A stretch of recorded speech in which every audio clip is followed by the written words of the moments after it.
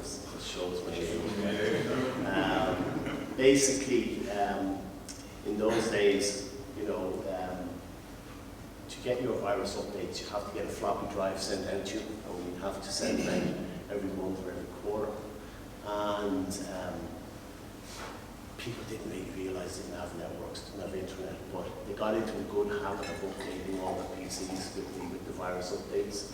And it got to the stage where people would think before was to sort of say, well, I haven't got my discs yet, so because they were anxious to do it. And it always stuck with me or resonated with me that you can change behaviour and you can force good habits to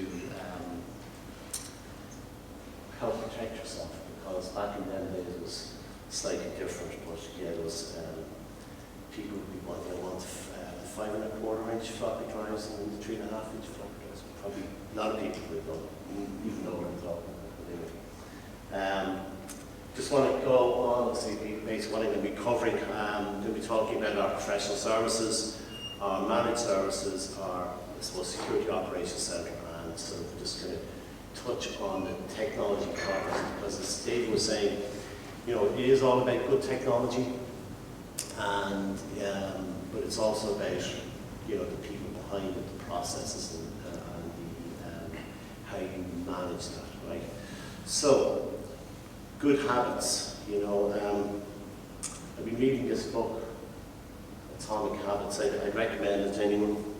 There it is. So I do read it. You know, it's not just something I pulled out, but it's talking about having small incremental changes that are going to improve what you're doing or how you're doing certain things, right?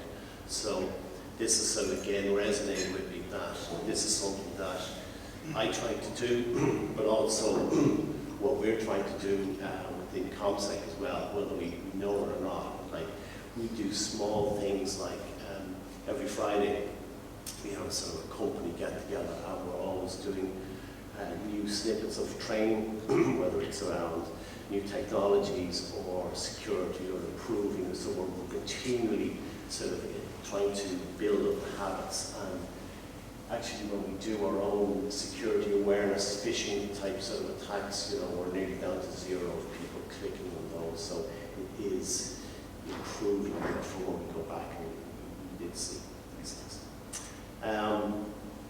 Evolving threats in the world, you know, in a hybrid world. I suppose, you know, it's all been said about working from home, e-commerce, and just, you know, companies having to adapt with their websites to sort of communicate with their customers and trade, and that's where, you know, we're building up an awful lot of offerings there to help people secure that sort of business, but also again the employees with the work from home, as David was mentioning.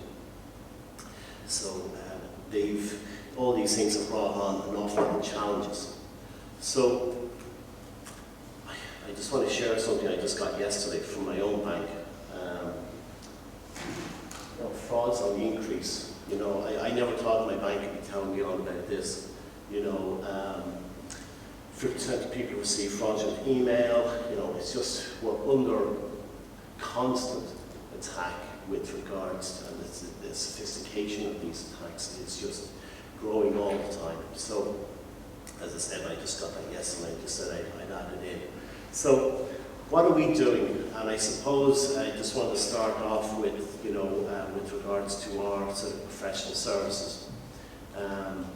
When we're talking to our customers, you know, we might sort of say, listen, you know, do you fully understand, you know, your issues, your network? Do you fully understand what the challenges are there for you? So we try to get them to start out with have continuous IT security audits or gap analysis, and it's primarily, as David said earlier on, against a standard such as ISO 27001 and Cyber Essentials. And what are the benefits for the customer for this? And it's primarily, you get an understanding of where you are and where you can prioritize your resources or your budget to fix the areas that need fixing, as against just sort of buying the fastest firewall, the We also provide penetration testing, you know, and people say, yeah, well, that's been around for a long time, and, you know, people are doing it. But what's happened, and I was talking to one of our guests here this morning, what's happened, what we're finding is an awful lot of companies, you know, because of the whole pandemic, we just went straight to the IT provider and said, oh, I need to get my security fixed, or whatever. And they said, yeah, well, we will do that for you. And we found that an awful lot of those organizations don't have the skills. They're probably very good at networking, they're probably very good at comms or whatever the case would be, but in regards to IT security, they're probably not up there. And we found in certain instances where companies thought they were getting a pen test, were probably just getting a scan from a freeware vulnerability scan. So that's caused its own issues because it creates a certain amount of what's the word, sort of, you know, they feel reassured, but, you know, in essence, they haven't got the protection that they have. So, again, we're trying to sort of talk to people about the quality and the level of expertise that we have. Following off of that, some, you know, again, it's organizations around their maturity, where they are. Some people need to, they say, okay, we really have to take this seriously. It's got to be in the C-suite, it's got to be at the board level. So we need someone who's got the expertise, but then they don't have the budget for a chief information security officer. So we can fill that gap. We can also fill the gap with the data protection officer, depending on your company size. So these are certain things that we've developed, enhanced, you know, over time. And I suppose it's the benefit to the client is they get the expertise, and they also get, you know, they hopefully will drive their IT security and their cyber security and sort of enhance it into their everyday life. David mentioned digital forensics, and this is an area that is growing because, unfortunately, a lot of people are getting affected. You know, so we've been called in to do investigations, or we've been called in to sort of understand what happened, and so it's all after the fact, but you know, it still has to be done.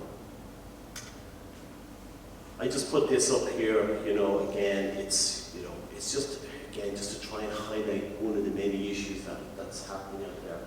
And people are getting new technologies, or they're getting a test done, but they're not putting it all together, or they don't have the skills, and they don't have the issues. And then ultimately their business is not running as smoothly, or the employees, I guess, getting narky and cranky, and I can't do this, IT is a disaster, and security is, you know, it's just getting in the way of business. So what we're trying to do is, I suppose, we want to become an organization's good habit. We want to be able to do these sort of the managed service. So, you know, what we're doing is, and again, we're providing these services, we're providing the expertise, we're providing the processes, where we're making something from an ad hoc type process to consistent, reportable, deliverable, and it allows a continuous improvement for our clients, and the customers are seeing the benefit of that. I mentioned there we provide sort of end-user IT security awareness training. We do that ourselves on a constant basis, you know, because threats are forever changing, and we can do the phishing attacks, or the simulation phishing attacks. We can do the security training. We can do the reporting, and you know, and that again just helps organizations, and the benefits to the organizations that we're working with is it just reduces the risk for these attacks and the opportunities that these are happening. And so following off of that, you know, we do endpoint protection, password protection. Password protection is one that I didn't really know about it too much in, before I came to CommSec. You know, we work with a company called Keeper, and I thought, how much your passwords? They just awkward.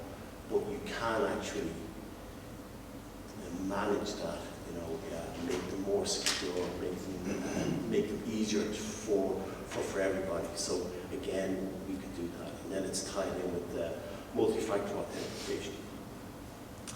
So all these sort of things, you know, like everybody, we were saying earlier on, companies are getting attacked, but we have all the technologies, we just need to pull them all together, and we need to make them as easy to use. And that's where we feel we come in, and we are doing that for a lot of organizations.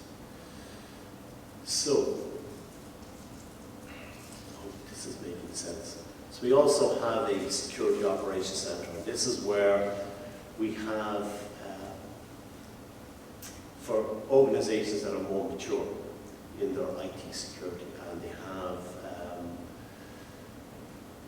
they're working with organizations for third-party supplies or whatever the case may be, and they need to be able to understand how big the network is, understand all the inventories there, and understand what's going on on a day-to-day basis.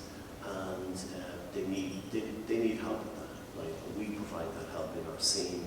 We've got a lot of monitoring. Again, we can base it against standards. We can provide threat hunting, where we can sort of understand what threats are out there, and if we can correlate between all the different devices, and that will give us an alert that will help protect the organization. We had one there recently where someone was working in an organization, and at 1 o'clock at night they were going onto onion.com, and they thought they were buying a book on an e-book site, but they were going onto the dark web. They clicked on the wrong link and so on and so on. So we were able to detect that and stop it. So these things are, and that's because we had visibility of the network, right? If we didn't have that, you know, the company could have been exposed, could have been affected in all sorts of ways. So these are just again, you know, why you need to have this. Again, with in this particular service, we can do sort of dark web monitoring. What we're talking about there is we can see if there's chatter about your organization, if your emails of your CFO, CEO is up there, that people may be targeting you for attack, because these attacks, they can start 6 months, 12 months before they actually happen. They've got lots of time where we've got to keep our business going and up and running and keep our customers happy. Where these guys are just sort of saying, okay, we're going after that organization and we're going to target them, and they can slowly but surely get in.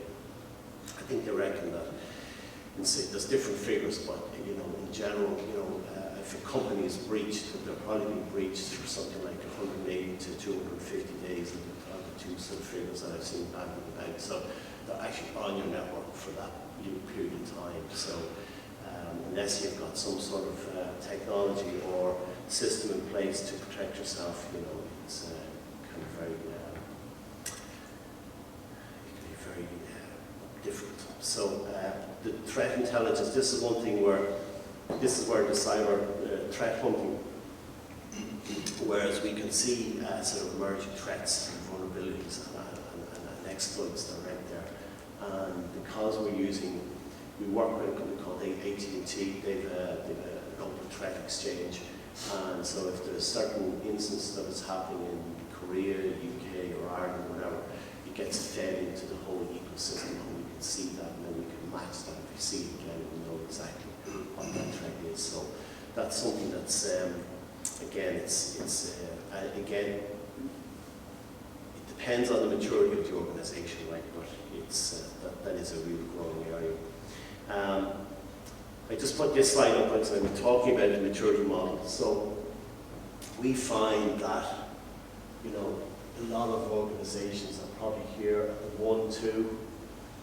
You know, obviously you want to get over to the 5, but that's challenging, you know, with resources. And also some people don't need to get over there really. You know, it depends on the business. And Darryl was, you know, in his introduction to me was talking about, you know, data. You know, I think it's all about the data and how important your data is, and if it gets affected, how will it affect your business? Will you go out of business? Will you have a big regulatory fine? So This is the NIST sort of maturity model. We would see most people in 1, 2, 3, getting towards 4 at this point in time. But it is, and this is where, you know, with regards to the work that we're doing with regard, you know, ISO and so on, 2007 1, we're trying to help people move along and improve, you know, their maturity and standards. So yeah, and again, it's people, process, and technology. You know, there's no one silver bullet. You have to get all these pieces together. Otherwise, you know, it's not going to happen. Radio. Some of the technology partners, you know, we're working with AppCheck on the vulnerability scanning. We're going to hear from Samir now in a while. We've been working with them for a good while now, and their technology is innovative.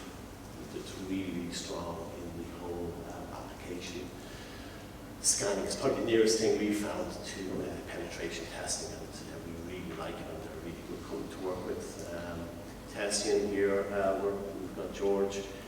They're a new sort of organisation to our stable, and what we really like about them is that they come at the whole email security in a completely different way.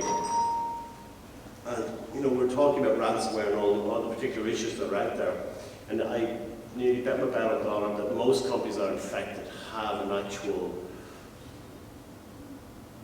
good email security gateway in place. The problem with that is it's a legacy, you know, something that was probably developed 15, 20 years ago. I remember working with companies like Minesweeper and so on websites and all these. And that technology has improved incrementally, but it hasn't done sort of a 2.0 shift. You know, it's all signature based and so on and so forth. And as I said, the attackers are getting way more sophisticated. So Tessian will tell you how they attack this area and how they help organizations with email security. I think that's going to be very interesting, and people should listen to it. Cyber risk aware, that's the IT end user IT security awareness training. We also partner with Sophos for they have a whole suite of security tools from end user servers, Wi-Fi, web, email. It's a very strong, so they're not just point solutions, they've tied them all together. It's a really good offering. AT&T around the software, we use them, and they're you know, better known for telecommunications, but they have a huge cybersecurity sort of presence, and they've got a huge footprint, and they claim to see more traffic, and they pick up more information than anybody else, probably profitable, I suppose. Palo Alto for their firewalls, Keeper for their password protection, and Traced is another one that's new to our stable, and we're always trying to find these solutions. This is where your mobile device, people have got mobile device management, you know, and you can get that from True or Vodafone and all this and stuff, and that's everything's okay, the mobiles are sold. Well, not really, you know, and you can still click on links on your mobiles. Your mobiles nearly are like a little computer or a laptop, and Traced actually protects you from that. It's sort of mobile threat defense is the sort of terminology I'd say there, and it's an overlay on the mobile device management. So that's something that we're getting a lot of interest in, particularly with organizations where you have you've got a lot of your employees who are accessing your own data with their own private device. So you can't really control them as much as you could if it's an actual company device. And this fills that gap, so it's just something to be aware of. So I'm nearly finished, but I suppose why CommSec, and Dave was saying, because we do actually care, and we are trying to sort of grow and build and give proper advice, you know, to our customers, and they are seeing the benefits of working with us, and we are sort of looking to, we're always trying to improve our culture. We're always, we want to partner with our customers. We want to understand their challenges. We want to understand where their business is going and what they want to achieve, so we can help them on that journey. We do want to work with IT standards because we think it's important. You know, I think anybody can say, hey, I'm an IT expert. Well, I think you need to prove it. You have to go that extra mile, and I think that's what we want to do. And with regards to the technologies, we do want to look at technologies that are looking over the hill, I suppose, trying to identify the issues and the challenges for companies. We don't want everything to be sort of a dot one version, you know, we're guinea pigs. These are tried and tested, but we are sort of just moving on from the early adopter phase of those. And also, like, again, I said, we do feel that we do listen and we do try to understand the business so that we can provide good advice. We're not just there to sell the shiniest and fastest firearm. If we feel that you need an audit to actually understand your challenges, well then that's what we would recommend to you, rather than I want to buy a firearm. Well, maybe you don't need it just yet. So, and then we repeat, and then we review, and we try to get better and better, and that's what we're about. So hopefully that was of interest or is informative, but you know, it's all about trying to understand the challenges and trying to get better all the time, you know, and that's why I'm saying